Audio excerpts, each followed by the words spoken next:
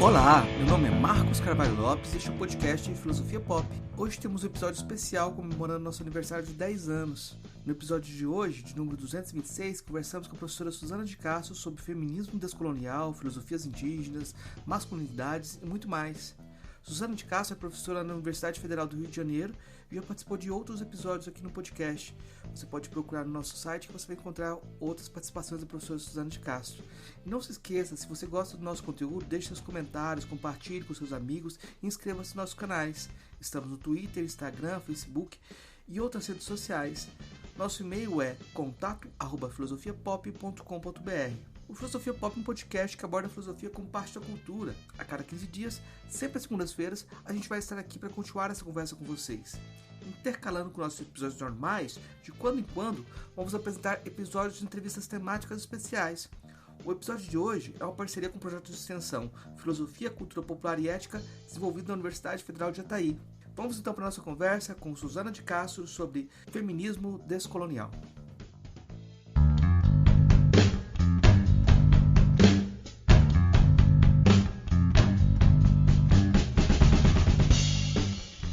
Hoje a gente recebe direto do Rio de Janeiro a professora Suzana de Castro. É um nosso episódio comemorativo de 10 anos desse podcast. A professora Suzana foi uma das primeiras entrevistadas no nosso primeiro ano, em 2015. Na época a gente conversou um pouco sobre feminismo. Aí hoje a gente vai conversar um pouco sobre a produção da professora Suzana nesse tempo, nesses últimos 10 anos. Ela fez tanta coisa. E eu queria começar falando um pouquinho sobre o feminismo descolonial. Essa palavra já começa complicada, né? Porque a gente tem uma disputa aí, tem gente que fala decolonial, descolonial, mas o que significa essa diferença do feminismo? Agora a senhora trabalha com o feminismo descolonial, né? Assim, eu não vejo muita diferença entre o uso decolonial, descolonial. Há toda uma polêmica. O decolonial seria um anglicismo, que não seria uma forçação de barra. Na verdade, o que a gente tem é o prefixo des, mas fundamentalmente, se eu pudesse resumir em poucas palavras o que significa essa corrente do feminismo, eu diria que é um feminismo que se coloca desde o sul global, e aí envolve também países, assim, no caso descolonial é muito América Latina e Caribe, né? O subcontinente, mas pode envolver o continente das Américas, considerando que há também povos nativos na América do Norte, assim chamada América do Norte. A classificação eu faria nesse sentido. Mas também tem aliança com o sul global, então o feminismo pós-colonial, asiático, indiano, africano. A ideia básica é mostrar que o feminismo, tal qual ele é colocado na pauta acadêmica, ele tem uma origem muito do norte global, hegemônico, a gente pode, por assim dizer, né, que se arvora a porta-voz das mulheres, sem levar em consideração uma série de coisas, e entre elas a história colonial que nós tivemos em vários países do sul global, o impacto desse colonialismo e a questão das classificações raciais. Então, a principal, eu acho que ponto de partida para pensar o feminismo descolonial, ou pós-colonial, ou decolonial, é pensar que de onde nós estamos falando. E de onde nós estamos falando significa pensar o nosso papel dentro de um país com uma certa conjuntura econômica, política, que é um efeito de um passado histórico que se faz sempre presente. Então, não dá para usar as mesmas ferramentas e as mesmas pautas, importar elas do norte global para o sul global, como se tratassem das mesmas questões, e não são. Definitivamente não são, porque nós somos atravessados por formas de domínio e de opressão muito próprias a países que sofreram o impacto do colonialismo. Quando eu comecei a estudar filosofia africana, eu vi que o pessoal lá às vezes faz uma oposição entre autores lá que são universalistas e aqueles que são pragmatistas, né? Como se sempre tivesse uma oposição assim, entre aqueles que consideram o local como ponto de partida e aqueles que não, parte do universal. É, a senhora também tem uma formação, um diálogo com o pragmatismo, né? Como é que a senhora articula esse diálogo com o pragmatismo com o feminismo descolonial? Tem um distanciamento também, né? Porque acaba tendo uma matriz diferente, né? Essa pergunta eu nunca fiz assim para mim, porque eu tenho assim, o meu trabalho com pragmatismo, ele vai muito na linha do Hort. Então, ainda que eu queira ter tempo para estudar um autor como William James, que eu acho que é um autor que é muito interessante, a minha leitura, a minha bagagem é do Hort. E o que ele me traz e que eu mantenho como prática filosófica é a aproximação com a literatura. E isso, para mim, ficou e mantém-se. Então, eu me considero pragmática na linha hortiana, que a gente pode chamar um pragmatismo romântico, né? Mais nietzschiano. Então, eu não posso dizer que eu sou uma pragmática no sentido ortodoxo, né? Do pragmatismo. Apesar de eu conhecer relativamente bem também John Dewey, gostar do trabalho de John Dewey, eu me filio à vertente hortiana de unir filosofia e literatura. Isso permanece na minha vida. Então, eu faço trabalho de feminismo descolonial, ou pós-colonial, como queiramos chamar, e mexo com literatura. Falo da Carolina de Jesus, Maria Carolina de Jesus, falo de autoras brasileiras que também mexem um pouco com essa questão literária, ou pelo menos quebram o cânone acadêmico, como Lélia Gonzalez. Então, são autoras que estão trabalhando com a linguagem num sentido mais metafórico, como a gente estava falando antes. Eu acho que isso eu trago para mim, entendeu? Eu trago para mim a minha trajetória acadêmica, eu não abandonei e não vou abandonar a importância que tem a literatura para descrever muito melhor do que a filosofia a atmosfera do real. Muito curioso isso, porque o Hort foi lá debater com os filósofos africanos, né? E o pessoal todo empolgado com a possibilidade epistemológica que ele trazia de transformar as coisas, puxar para a política e para a ética. E ele não, eu não quero transformar a filosofia em cultura. Ele tem um pé atrás com toda essa busca da cultura, né? Ele continuava muito universalista, assim, em certo sentido, e muito cego para a diferença. Isso que me disse foi o Luiz Eduardo Soares. Ele falava assim, não, ele não tinha curiosidade. Ele simplesmente não tinha curiosidade sobre povos e modos de vida distintos, né? Sim, não, ele vem de um cânone da filosofia ocidental, era o cânone que formou ele, assim como a literatura. Então, a literatura que ele, Hort, leu e que o marca é uma literatura anglo-saxônica. Mas, assim, ok, eu vou ler as latino-americanas, eu vou ler as africanas, mas ele deu esse passo na minha vida, por exemplo. Entendeu? Acho que aí você aplica a ideia de partir de você mesmo, de algum etnocentrismo necessário, vamos colocar assim. Você tem que partir da sua experiência. Sim, E eu aí, vou ser diferente dele, eu vou ler outras claro, claro. coisas. Eu sou uma mulher latino-americana, né, brasileira, e eu vou ter outra formação. E a sua mãe sempre reza quando você sai de viagem, acende vela. Sim, eu tenho essa cultura, uma tradição milenarista brasileira, de um sincretismo com as raízes afro-brasileiras e indígenas que são inegáveis. Eu sinto muito, Hort, eu não sou, né, eu não sou representante, né, nem no meu corpo, nem na minha fala, de um modelo de sociedade eurocêntrico branco ocidental. Eu tenho outros atravessamentos. E, para mim, me basta, entendeu? Me, me alimenta. Eu acho que não é nem Não tem nenhuma lamentação nisso. Eu acho que o contrário, a gente cobraria isso. Se você chegar, é muito estranho a gente querer dar aula sobre aquilo que a gente não vive, né? Também, né? Não, mas esse foi o nosso modelo, né, Marcos? Claro, Nosso claro. modelo até, sei lá, uns 20 anos atrás, assim, sendo muito boa, né? O nosso modelo era realmente muito eurocêntrico, muito estadunidense, e a gente achava que as questões eram as mesmas. Eu não sei se era, eu tenho dúvidas em relação a isso, porque ah, a senhora fez uma formação em Aristóteles, e aí depois foi buscar outros diálogos e dialogou com pragmatismo que te coloca no meio de analíticos e continentais, tem que aprender um pouco de tudo. E agora caminha para outras perspectivas, mas esses passos parece que a base aristotélica te dava calção dentro da academia para Sim, poder dar os passos seguintes.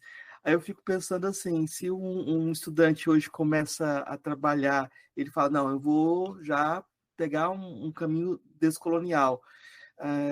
Eu não sei se a gente tem espaços de emprego ainda com ah, essa visão que a gente está colocando, sabe? Eu não sei até que ponto que a gente está chuta a escada antes de subir, porque a sociologia do conhecimento, eu tô divagando, mas é porque eu acho que é interessante. É como se eles colocassem assim, eu dou espaço para você falar, mas não dou espaço para você ter uma cadeira, sabe? é. Eu não sei, eu tenho que ser honesta com a minha trajetória, então eu posso falar só desde esse ponto de vista que é o que eu fiz, né? O Aristóteles, ele foi um momento da minha vida e que eu não largo, assim como não largo o Hort, entendeu? Não tenho interesse em ficar publicando sobre Aristóteles, mas eventualmente eu participo de uma qualificação, de uma banca, e aí volto a Aristóteles, pelo menos o da Ética, Nicômaco, e volto com prazer, como eu volto para a filosofia antiga grega com prazer, mas não é o meu tema, digamos assim, de pesquisa, nada. Então, eu não estou aqui advogando um abandono, sabe, sistemático das raízes ocidentais da filosofia. Eu acho que a gente tem que passar por elas, né? Você, como eu, você mais do que eu ainda passou pela filosofia contemporânea do Deleuze e sabe que ele pode fazer com que esses autores canônicos ainda tenham uma coisa interessante, né? Eu acho que a mistura que ele faz é muito interessante. E eu não vou deixar de lê-lo por ele ser um francês, enfim, branco. Agora, tem um curso que eu estou dando que é maravilhoso agora, que é sobre a queda do céu, do Davi Copenau. Então, você vê que a mitologia Yanomami já falava da história cíclica. Aí a gente tem a mania de dizer, não, os gregos falavam que a história ela é as tragédias, por exemplo, que o tempo histórico é cíclico. Ah, mas os Yanomamis falavam isso. Não sei se antes ou depois, mas enfim, talvez depois, mas assim, por que a gente tem que falar dos gregos? Por que a gente não fala os Yanomamis? Então, são questões que a gente precisa ainda trabalhar bastante, até virar um autor clássico na filosofia. Ler A Queda do Céu faz parte do currículo de qualquer departamento de filosofia. Espero que isso aconteça. No artigo recente, o Resistência Cultural e Modernidade Indígena, há duas autoras que você coloca para dialogar e, de certa forma, para funcionar, né? Porque eu achei muito interessante você pegar a Lélia Gonzalez e falar assim, vamos continuar a Lélia Gonzalez. Isso é muito bacana, porque a gente não vai reificá-la e transformá-la em algo que vai ficar no cânone parado. E a Silvia Ribeira Kuzikan, que eu não sei como pronuncia, É assim né? que eu pronuncio também, né? Eu queria que o senhor comentasse um pouco sobre essa apropriação da Lélia Gonzalez como uma continuidade e da Kuzikan sobre essa questão da modernidade indígena. Tem um conceito específico também de xixi, né? Eu acho que é interessante também. A Lélia Gonzalez ela foi uma autora fundamental do ponto de vista político para a sociedade brasileira, né? Ela e Abdias, Beatriz, realmente foram pioneiros no movimento, né? Que hoje em dia o movimento de identidade negra está bem forte, eles foram pioneiros. Mas os escritos dela, eu acho que ela pega muito nas raízes negras da cultura brasileira. Então, ela vai lá na época colonial para falar das resistências políticas, né, das formas de resistências que se davam através da cultura.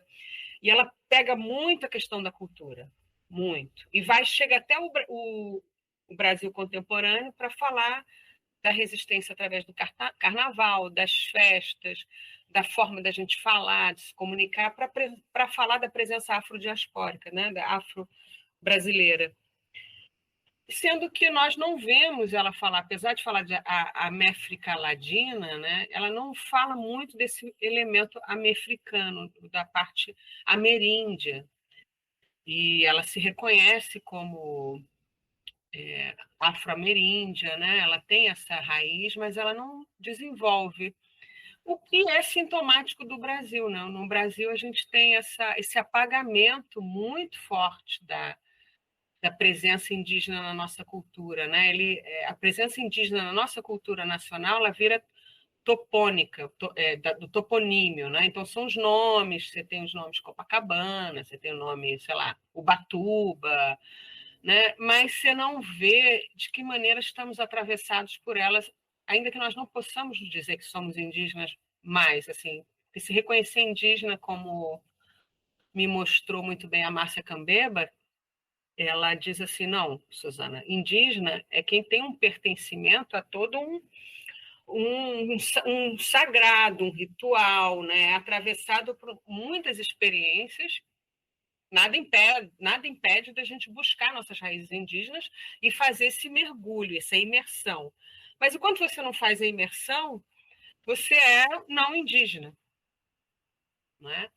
Você é, não posso dizer inimigo, né, um branco inimigo, como Copenau diz, né, na pé, mas você pode dizer um aliado, só que um aliado desde de um outro lugar.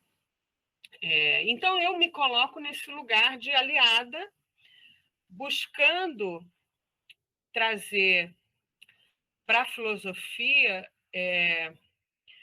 o reconhecimento e a importância de sermos o que somos, fruto de não só de uma mistura, porque quando a gente fala mistura no português, aí depois a Kuzikan, que é importante para essa questão, a gente tende a fazer um apagamento, né, um silenciamento das contribuições, né, reais da nossa história. Então, eu tento fazer esse resgate nas minhas aulas, do que significa esse ser atravessado pelo espírito dos povos indígenas, né? Nós sabemos que o Brasil não era terra virgem, né? Nós sabemos que o Brasil não era um território abandonado, como o Pero Vaz Caminha descreve, né? Sem rei, sem lei, sem Deus.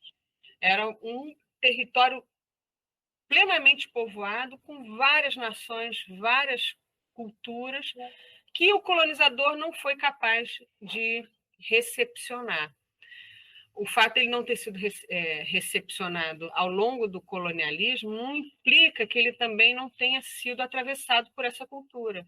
É aí que vem a questão do mameluco, a importância do mameluco, como o mameluco foi quem desbravou a terra, foi quem possibilitou a comunicação entre o colonizador e os indígenas.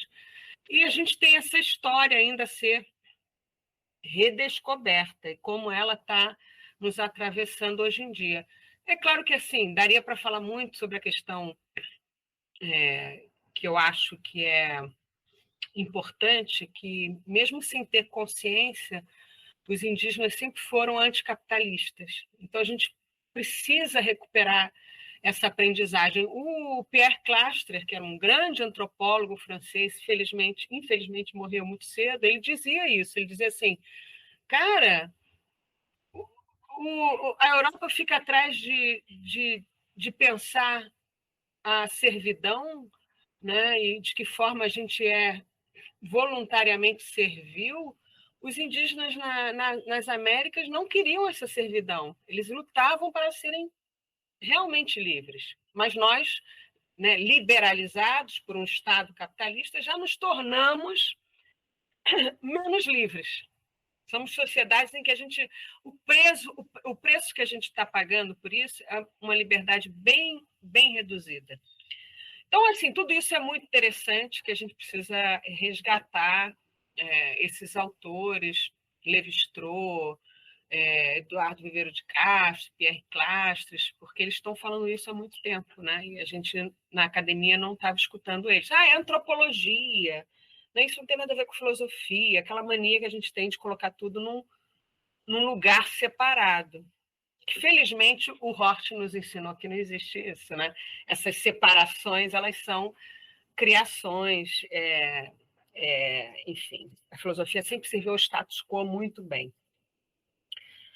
E aí a Silva Rivera, que eu acho que é interessantíssima, porque ela não é uma feminista descolonial clássica. Ela é muito crítica a certas abordagens descoloniais que criticam a modernidade, como se, né, tem um texto famoso, acho que é do Walter Mignolo, O Lado Escuro da Modernidade, como se a modernidade europeia se fizesse às custas da violência perpetrada nas Américas, né, em particular na América do Sul.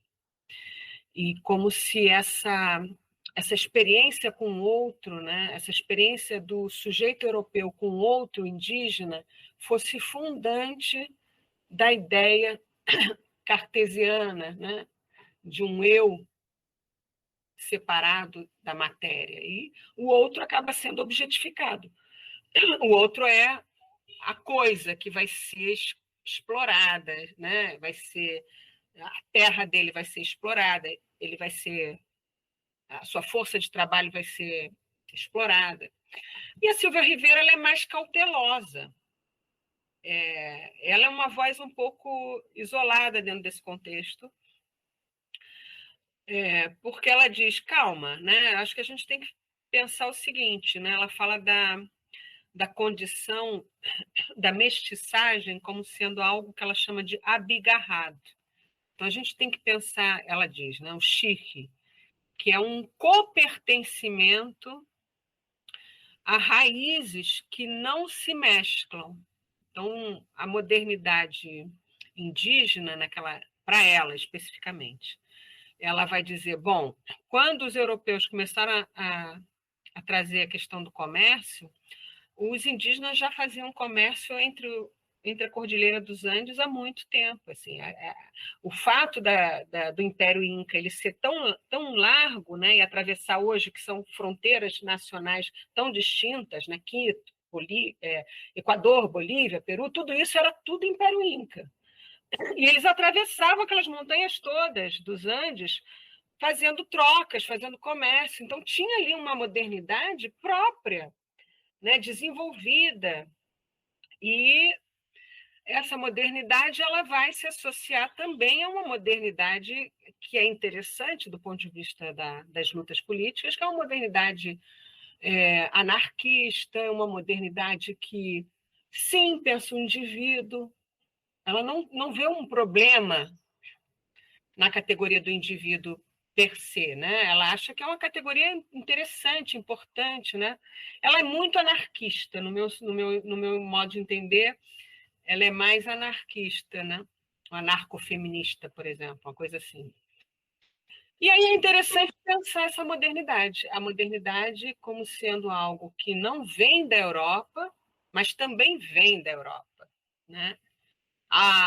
A modernidade indígena, que vem de tradições indígenas bastante elaboradas, que se junta com essa modernidade. Elas não vão se mesclar, mas elas vão se manter. Então, ela mesma, ela é uma mulher mestiça, e que convive muito bem com o lado chola dela, que ela cultua essa cultura chola, mastiga folha de coca, adora a cultura indígena boliviana, mas é uma intelectual anarquista que ela faz altas elaborações sociológicas sobre a tradição do pensamento anarquista e marxista na Bolívia.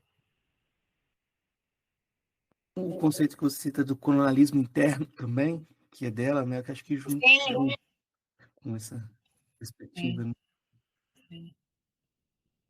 Ela disse isso, que o colonialismo interno já existia há muito tempo. Essa palavra já existia na sociologia boliviana na década de 60.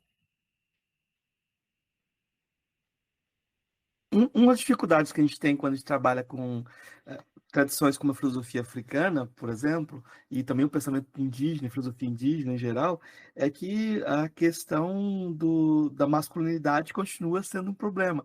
A gente tem um monte de líderes homens e filósofos e as mulheres têm muita dificuldade para aparecer e muitas vezes não são reconhecidas como filósofas, né?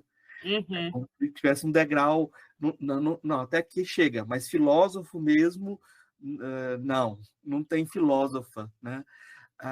Eu acho que é muito interessante esse trabalho que a senhora tem trazido, de trazer um cânone, trazer mais autoras, né?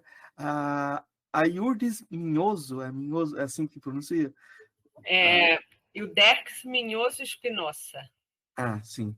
Eu queria que a senhora comentasse um pouco sobre ela, porque acho que a senhora foi uma das autoras que a senhora está trazendo para essa conversação, né?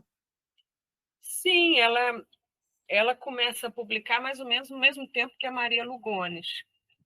Ela é mais nova do que a Lugones e ela começa a falar dessa questão da crítica. Ela é uma autora, junto com a Oti Curiel, uma autora que faz muita crítica ao feminismo branco nas Américas, e aí, em particular, da relação das feministas brancas da América do Sul, que se arvoram feministas de esquerda e que são muito atentas às particularidades, mas que não estão com uma prática que é uma prática de real inclusão das demandas e especificidades das mulheres negras, né? Afro-caribenhas, afro-brasileiras, e elas trabalham muito com isso, como a Lélia Gonzalez antes.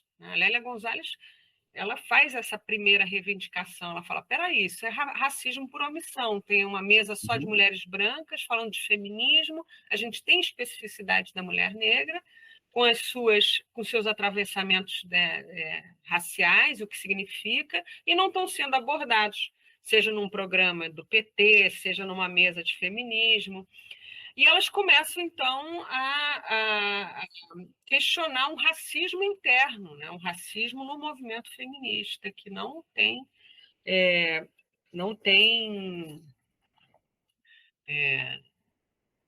assim, essa crítica, não faz essa crítica das suas práticas.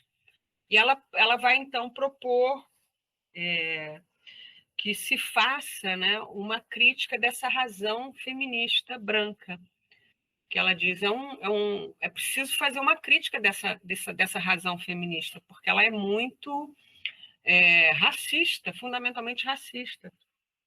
E aí ela vai propor também que se faça uma genealogia dessas práticas, porque às vezes as pessoas elas têm um discurso inclusivo, um discurso antirracista, mas as práticas são práticas excludentes. E ela fala, a gente tem que fazer também a genealogia não só dos nossos conceitos, mas das nossas práticas, para a gente entender como as nossas práticas, às vezes a gente faz práticas que são anticomunitárias, que são anti o que nós estamos propondo, que é uma sociedade igualitária. A gente acaba introduzindo mais hierarquias, mais diferenças, mais obstáculos para as pessoas que vêm, talvez, oriundas de uma outra origem, que elas possam dialogar em igualdade de condições.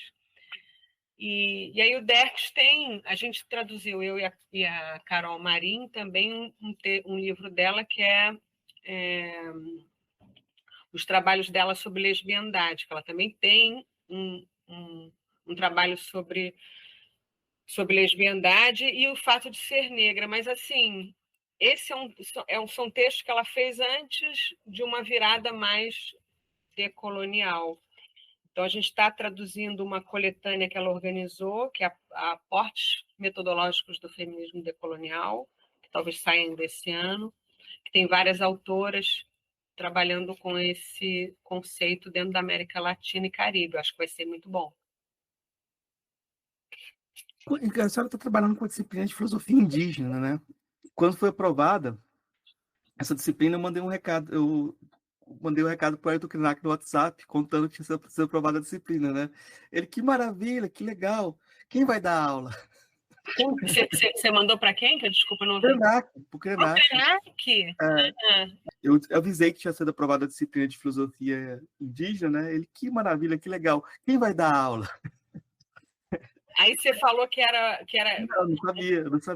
Não sabia quem que era, mas ele é muito perspicaz, né? Ele já colocou o outro nível da questão, né? Mas eu acho muito interessante que a senhora esteja trabalhando, e eu queria te perguntar justamente sobre, a senhora falou da Márcia Cambeba. Então, quais outras mulheres indígenas que a senhora está colocando no currículo também para articular essa descolonização dentro do jogo? Bom, é difícil, porque dentro do Brasil a Márcia Cambeba é a autora que eu conheço, que me atrai. Ela tem livros publicados de poesia, ela fala muito da questão de uma pedagogia indígena que passa por um outro modelo de educação, que é totalmente diferente do nosso, que é uma coisa que também o Ayrton Krenak fala. E eu uso também uma autora que não é indígena, mas está aqui até na minha frente, que é a Hannah Limurja.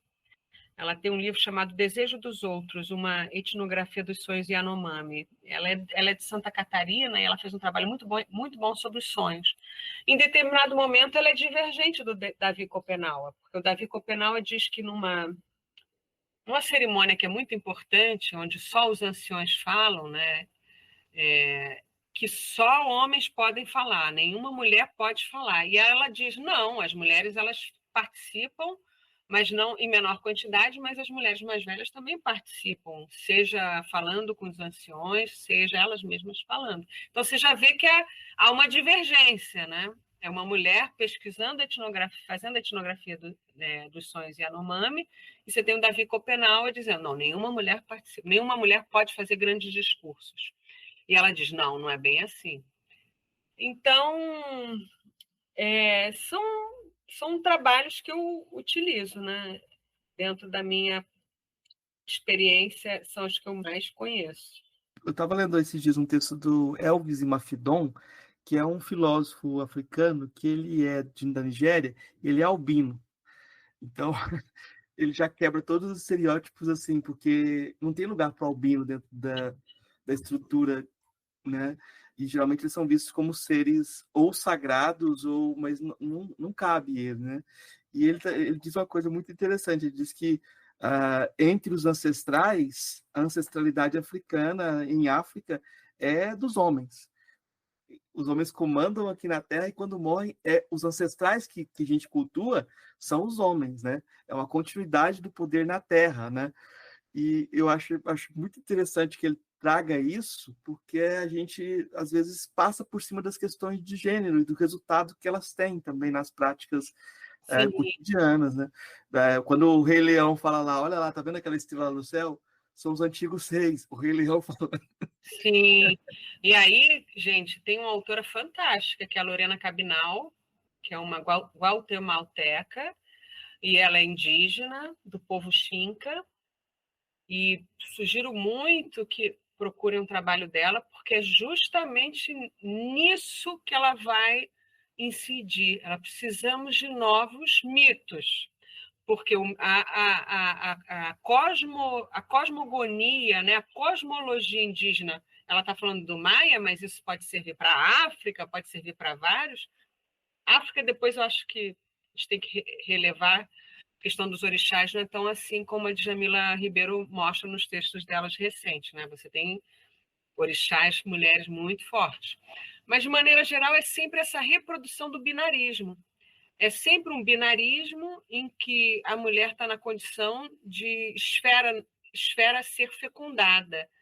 E todas essas comparações, né? O sol que fecunda a terra. E aí coloca a mulher sempre nesse lugar heteronormativo de ser aquela que é a reprodutora do macho, não a reprodutora da cultura masculina. E ela quer quebrar com isso, porque ela diz, não, gente, o nosso corpo, ele é um corpo que a gente tem que cuidar, é um corpo território também, o corpo das mulheres, contra as violências desse patriarcado ancestral que permanece, aquilo que você estava falando no início, né? Que você disse assim, mas a gente vê esses pajés, esses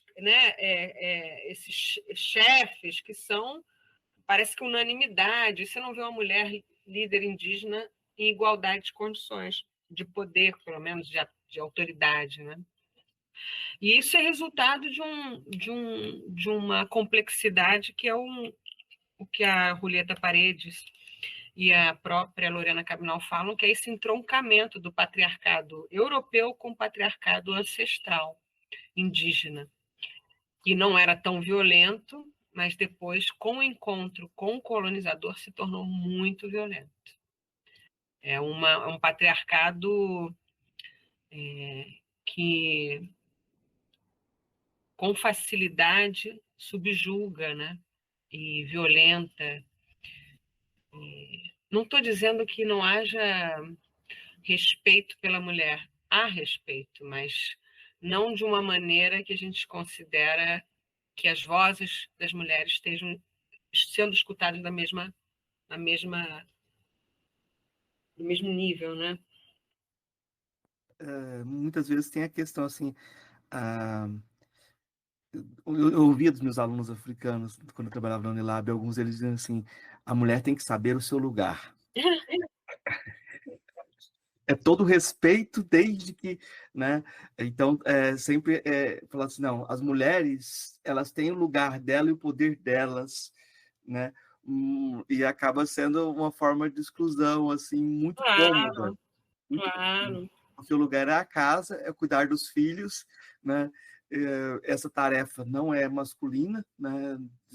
De forma nenhuma, né?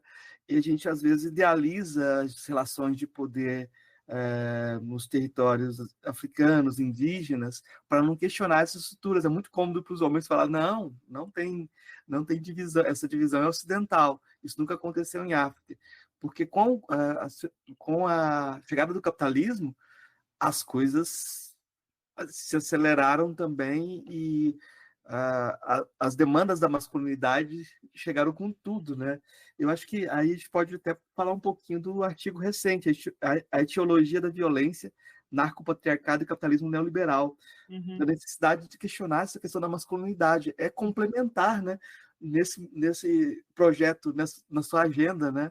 Sim, esse é um tema que me interessa muito e eu não consigo ainda... Quer dizer, eu não consigo me desvencilhar dele, porque eu acho que eu fui muito impactada pelos textos da Rita Segato. Assim, ela me marca muito dentro dessa etnografia da violência que ela faz, né? Desde do estudo que ela faz sobre os presídios em Brasília, que ela tira a conclusão do mandato da masculinidade, como sendo a causa principal dos estupros, não os estupros que ocorrem em casa, mas esses estupros que ocorrem nas ruas, né, com mulheres desconhecidas. Aí ela chega a essa conclusão do mandato da masculinidade. Os homens matam não porque eles sentem necessidade de prazer, mas porque eles querem se afirmar para outros, né? E aí tem toda uma elaborada teoria dela.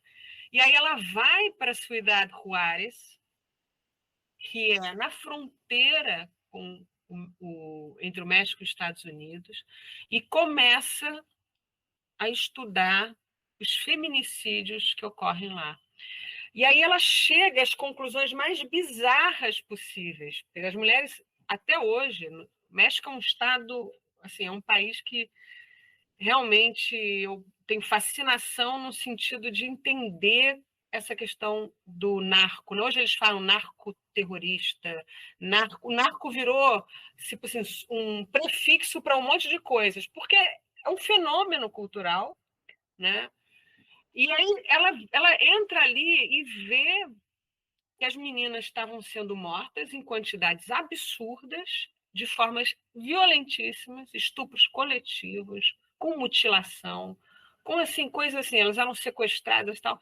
E ela começa a ver que ali é uma forma de comunicação, de comunicação pela violência. Ou seja, os grupos narcos estavam ali comunicando algo através dos corpos daquelas mulheres, que era algo do tipo fiquem quietos, fiquem calados. É uma forma de intimidação coletiva. E ela várias vezes se sentiu muito ameaçada, estando lá em Ciudad Juárez, um ambiente muito hostil. E ao mesmo tempo tem as que eles chamam maquiladoras, que são as indústrias que essas meninas trabalham. Elas saem dos seus territórios em condições muito e vão lá viver em condições muito precárias. Mas é o quê? É a indústria que vai dar a elas a condição de sobrevivência. E aí tem um elemento muito complexo dentro da cultura machista latino-americana, porque ter sobrevivência a partir do seu próprio trabalho significa eu vou para o bar e vou pagar minha bebida. Eu vou para o botequim depois do meu trabalho a hora que eu quiser. Bebo e saio e fico com quem eu quiser. E essa aparente liberdade tão pequenininha, porque elas estão sendo exploradas dentro de um modelo exploratório, né? Esse projeto hipercapitalista norte-americano, isso também atravessa os homens que estão ali. Caraca, eu não estou trabalhando nessa indústria, eu sou um pequeno narcotraficante, trabalho para o grande narcotraficante, e elas viram alvo também desse machismo de não aceitar que mulheres trabalhem fora de casa. Simples assim. Simples assim. Elas são exploradas na indústria, mas recebem o salário dela, que é delas, para sustentar elas, às vezes a família, viver numa favela, mas é delas. E para isso os homens se sentem apequenados. Então, tem a Sayaka Valência, que é outra autora fantástica, uma transfeminista muito importante do México, que mora ali também em Tijuana, que é a fronteira com os Estados Unidos, em que ela vai falar desses narco-endiabrados. Porque é uma forma de empoderamento para muitos homens, porque são homens assim apequenados pela sua condição social de muita baixa renda, sem perspectiva de emprego nenhuma. Então, eles entram na fileira do tráfico, que é uma forma de empoderar-se, por isso que é o único meio de empoderamento atual, que é o capitalismo. Porque nós perdemos as nossas raízes indígenas, as nossas raízes ecológicas, a gente vive o sonho capitalista do consumo. E esses jovens entram nesse modelo de masculinidade que hoje se chama tóxica, porque vai levar eles à morte. É evidente que vai levar eles à morte. E as mulheres que eles matam, e todo mundo, né? É um sistema de retroalimentação da violência muito complexo. E eu me fascino por isso. Eu não sei por que razão, mas eu fico vendo, gente, que loucura, que loucura. É algo semelhante ao que se passa no Brasil, mas ainda não vi um estudo sobre as masculinidades do narcotráfico brasileiro, como há lá. Não sei. Eu já vi a Eliane Brum falando lá do lugar que ela está em Santarém, sobre a questão do estupro como uma metáfora dominante para falar da relação com a Amazônia e do corpo feminino nessa noção de lugar de fronteira, sempre próximo do estupro, né? como se fosse uma situação onde há uma fronteira também da civilização, assim, e esses lugares de violência são muito... a palavra não era naturalizados, mas eu não sei qual a palavra que a gente pode utilizar. Eu já vi uma autora também da África do Sul, que ela trabalha também com a questão do estupro na África, nos contextos de guerra. E é muito comum, no contexto de guerra, o pessoal estuprar para mostrar o domínio, né? E o que eu acho muito curioso, que o pessoal gosta de falar que Platão, né, dava lugar para as mulheres, mas ele fala que em situação de guerra nenhuma mulher pode dizer não para o homem. Então, o estupro, o estupro em Platão nunca é visto como uma questão filosófica, né? Tipo, a mulher pode ocupar o lugar de guerreira, mas na hora da situação de guerra, a masculinidade volta com tudo, né? Mas eu acho que aí a minha intuição é que essa questão da masculinidade tem muito a ver com o seu trabalho com a educação, né? Ah, e acho que a senhora escreveu também sobre a questão do lugar da escola nessa construção da masculinidade, né? Eu acho que é outra conexão, né? Essa é uma aposta que a gente faz. Eu confesso que até hoje é a única aposta que a gente tem, né? No sentido do pensar a escola pública, né? E pensar a escola pública com esse papel de reflexivo, né? Crítico, ainda que não seja a escola que a gente tenha, é uma escola que a gente idealiza, né? Com esse espaço pensado por Paulo Freire e outros autores, né, nacionais, Anísio Teixeira, Darcy Ribeiro, como um espaço de criação de cidadãos críticos, né? E a gente não sabe das dificuldades que tem, né, o sistema público brasileiro de educação. Eu recebi um videozinho de uma portuguesa, eu não sei o nome dela, posso depois dar, ela falando numa televisão, falando isso, olha, a filha do rei da Espanha, ela vai para uma escola em que o celular é proibido, não entra o celular, e ela tem, sei, durante 12 anos aula de filosofia, algo assim. Ela tem muita aula de filosofia. Enquanto o filho, né, do trabalhador, ele fica preso naquele celular. O que ele está fazendo? Ele está se tornando um autômata. Né? É o automatismo. Isso é muito bem pensado pelo capitalismo, né? Para a elite, você vai ter as humanidades, você vai ter, né, o acesso à leitura, à cultura, mas para o povão você dá um celular. Isso é um projeto de domínio, né? É muito bom isso. E aí esse é um outro capítulo, né? A gente começar a falar do que a gente está entrando, que mundo é esse que a gente está entrando. Né? A gente conversou em outubro de 2018, logo após a eleição do Bolsonaro. Eu acho que estava no outubro, acho que é um pouco antes ainda do segundo turno, mas a nossa conversa tinha o tipo democracia, ponto de interrogação, como se essa ameaça à democracia estivesse se constituindo lá. Constituindo lá, não, eu queria justamente perguntar sobre isso.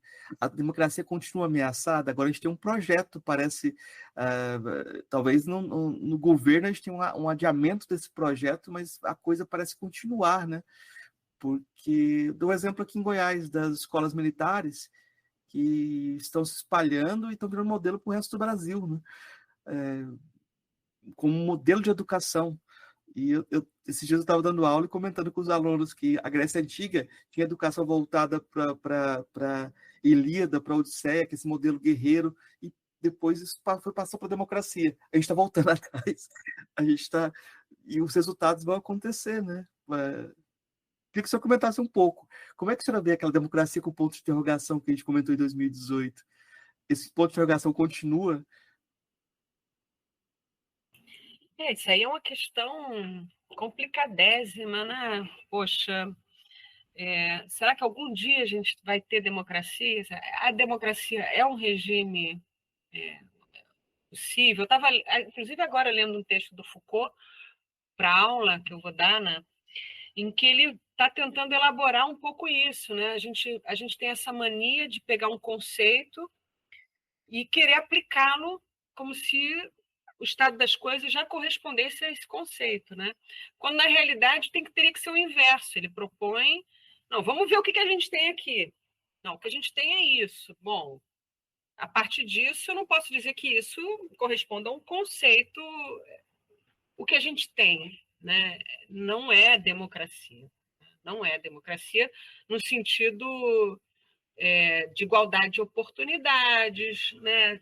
Pode pegar até o Rawls, desencavar lá o Rawls, esse liberalismo rawlsiano, não tem, né, a ideia de um consenso, né, de um Congresso e de um Senado que elabora suas decisões a partir de critérios como a razoabilidade, né, aquela ideia, né, de um Senado, né, não existe, os interesses atravessam, a política é um espaço de muita violência, a gente sabe disso, de muita intimidação,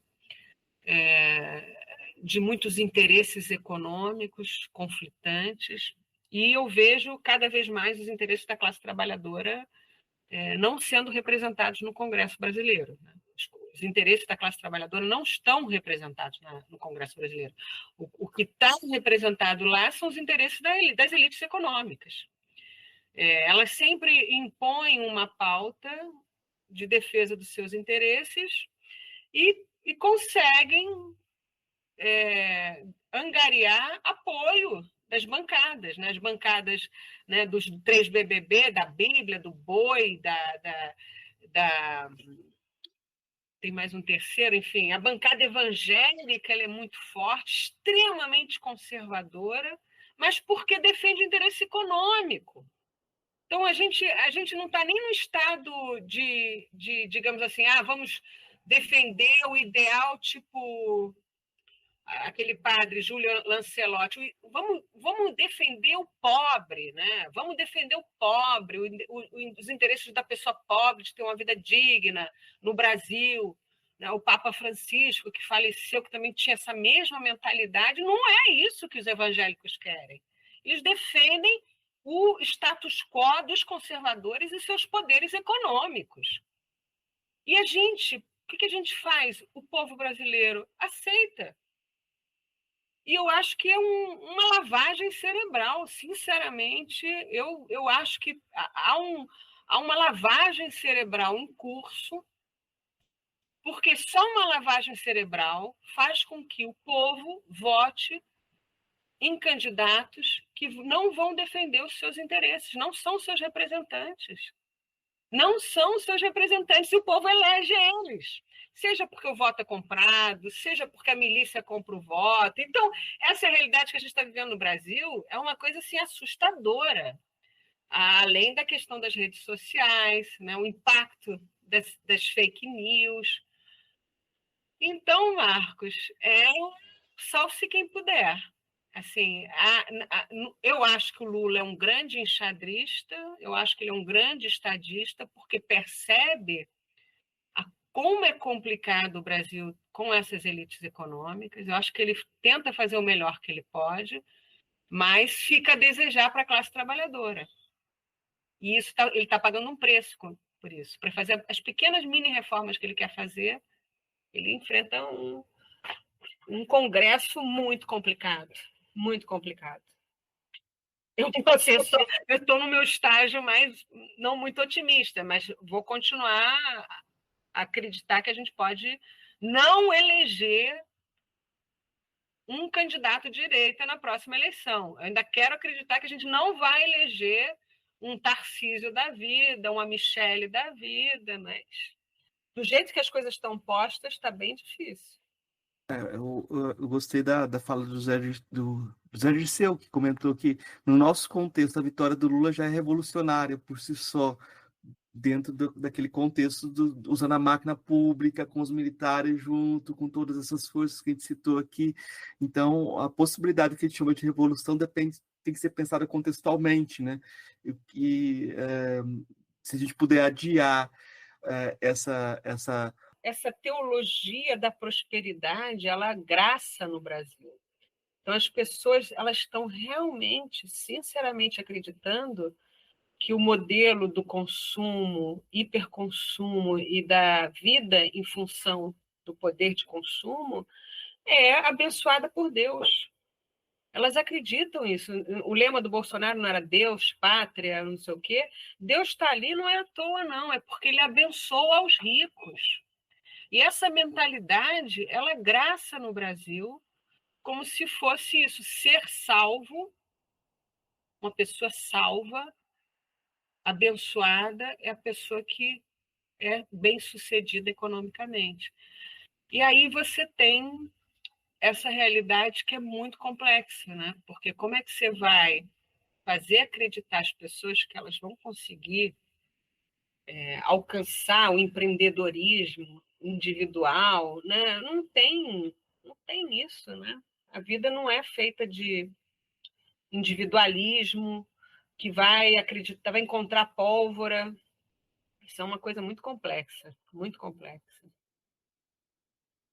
Eu queria perguntar o que que a senhora está pesquisando agora, o que que a senhora está escrevendo, porque a senhora de repente publicou um livro sobre erotismo e eu nunca vi, de repente apareceu esse livro como tivesse brotado. Eu acho que é muito interessante aquela imagem do Isaiah Berlin, de que as pessoas são o porco-espinho ou a raposa, né?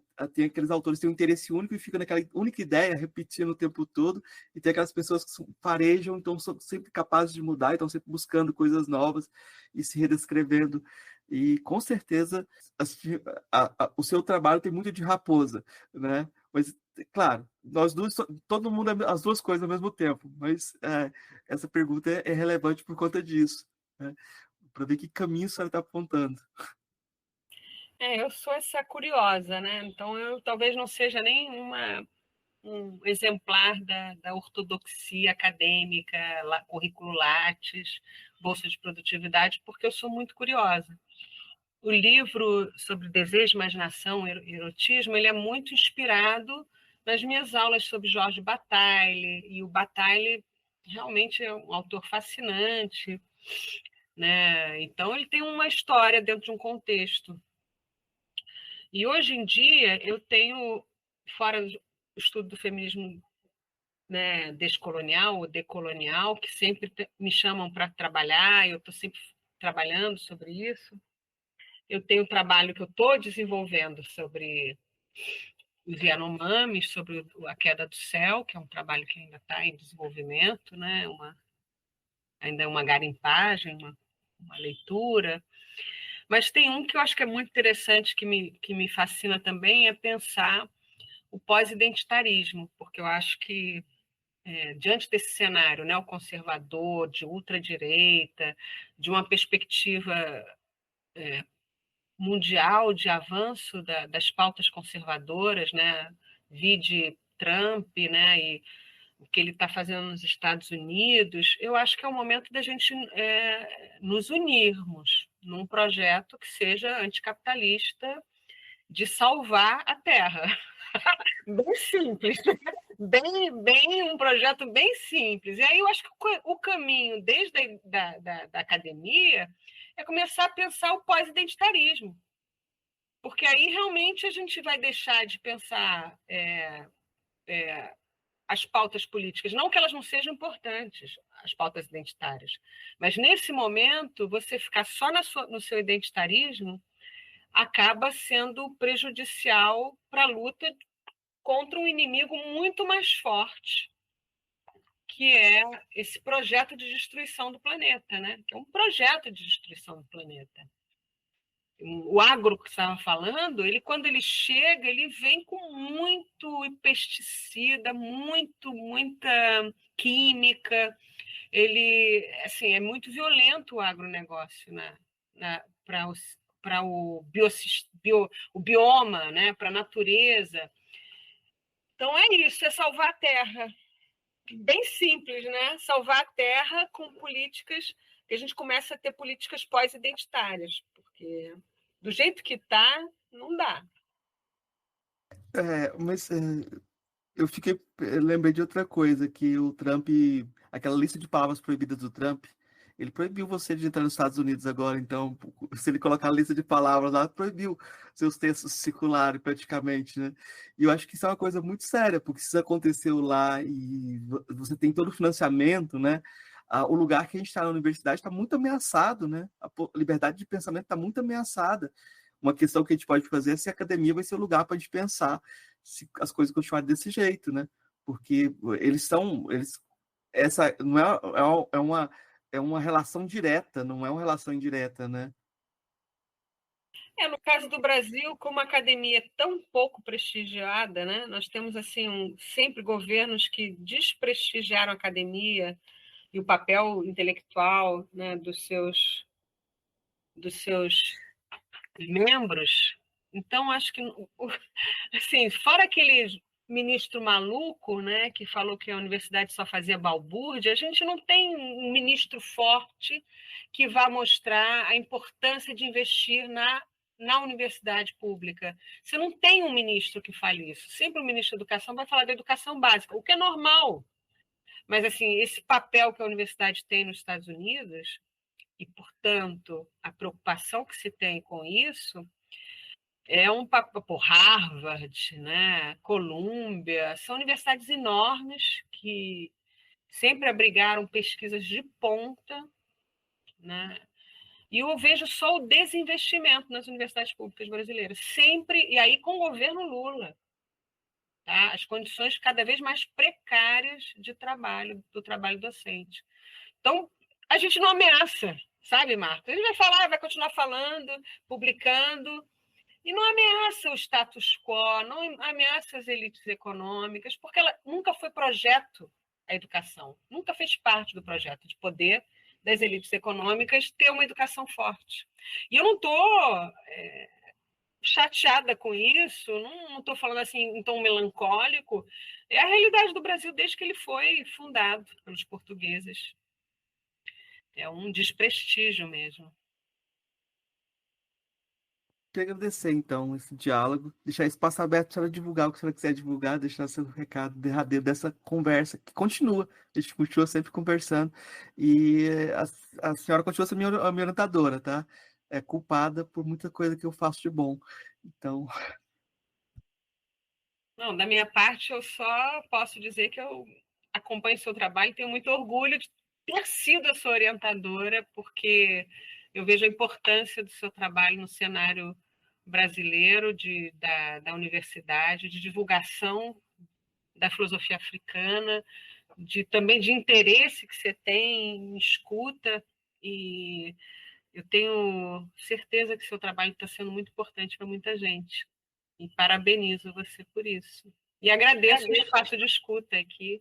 vou falar uma coisa muito. O que eu faço de bom, como se fizesse muita coisa boa, não, mas o que eu faço, as coisas que eu faço de bom, tenho uma assinatura, assim. Eu acho que se tem coisas que eu faço de bom, então a culpa a gente compartilha. Que seja, que seja, fico feliz. Muito obrigado. Eu acho que